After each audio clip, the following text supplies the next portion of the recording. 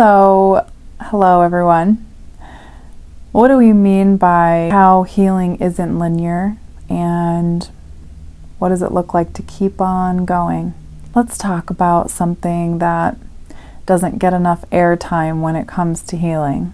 Progress doesn't always look like progress. Let's be real. You don't always feel like you're moving forward. Sometimes it feels like you're falling apart all over again and again and again. And that's not failure, that's actually the process. It's meant to look like that.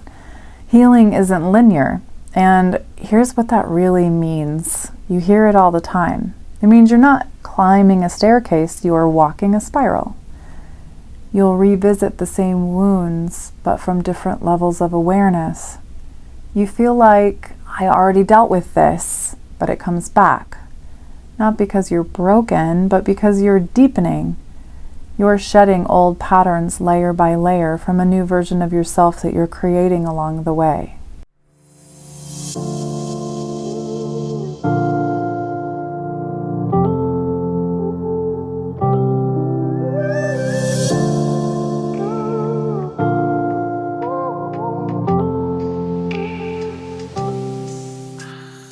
So maybe you've been journaling or going to therapy, setting boundaries, and you're starting to feel stronger. But then, bam, out of nowhere, you snap at your partner, your children, you shut down during conflict, you binge, you isolate, you people please, you rage, you ghost people, you self-sabotage. And you think, oh, I really am not healing at all. But those behaviors, they're not proof that you're failing. They're evidence that something deeper just got touched and it needs attention. My healing journey started the day a family member was told that I'd been sexually abused in childhood. I brought it to my own mother, and what I got was a masterclass in invalidation on that day. She immediately did the classic make it about herself, leaned in on toxic positivity, just forgive and let go. She said things like, you're strong, you'll get through this, they don't know you anymore, while completely bypassing the fact that it had even happened.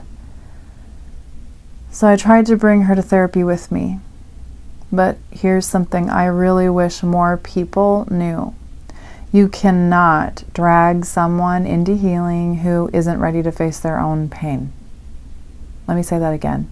You can't drag someone into healing who isn't ready to face their own pain.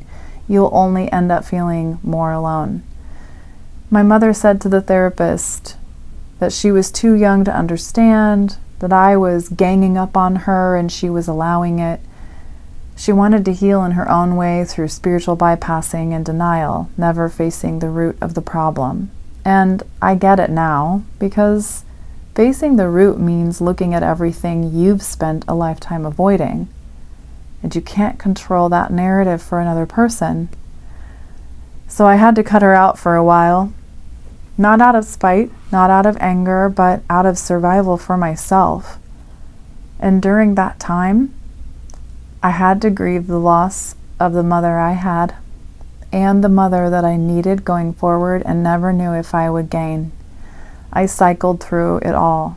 Anger, bargaining, hope, sadness. I'd think, maybe if I soften my boundaries, she'll come back around. Maybe I just need to call her. We just need to make amends, like old times. But here's the painful truth.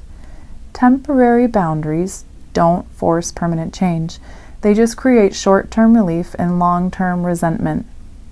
Because deep down, what I really wanted was to be chosen, without having to ask, without having to abandon myself to be loved. So why do we self-sabotage, and what does healing actually look like? Well, that's where self-sabotage comes in. When we abandon ourselves, hoping someone else won't, we reinforce the very wound we're trying to heal. We think, well, if I just show them how hurt I am, they'll finally get it and do what I want. If I love them harder, maybe they'll choose me this time. But when they don't, we feel betrayed. Even though we were the ones who walked away from our own needs, we blamed them for not giving it to us in the end, not getting it, not reading our minds. Sound familiar? And this is how we become our own worst enemy on the healing journey. Because real healing requires radical self-accountability, not shame, not blame, but a willingness to finally say, I played a part in my own pain because I was trying to survive in an unhealthy way. Now I want to do more than survive. I want to heal. And that means showing up for myself even when no one else does.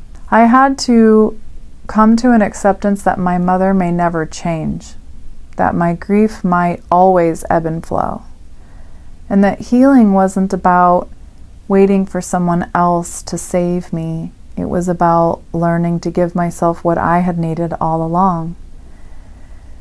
And 8 years later, I still have days where I backslide, where I feel numb, reactive, tired, even hopeless.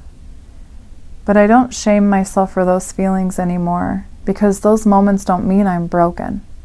They just mean I'm human living a spiritual experience, and they mean I'm still on my own healing path.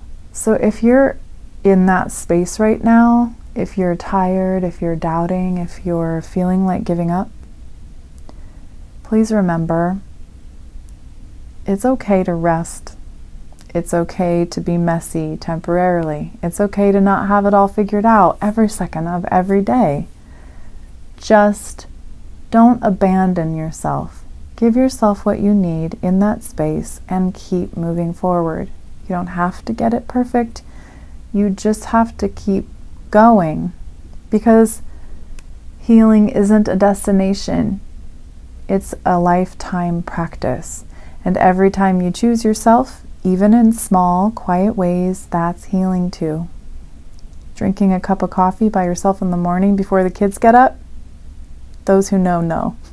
If you have been with me from the start of this video, I thank you for being here and for being strong. I hope to see you and others like this for more about my story, so that I can continue helping you through relating something you are going through. But if you want more targeted support on your healing journey, I am available for one-on-one coaching, and you can book a session below. As always, no matter what you choose, thank you for not abandoning yourself. Thank you for being here with me, and thank you for moving forward despite the systems you have built to protect yourself that urge you to stay still. You do deserve to keep going, no matter what that looks like. So I invite you to keep going with me here and keep going on your own. I'll see you in the next one.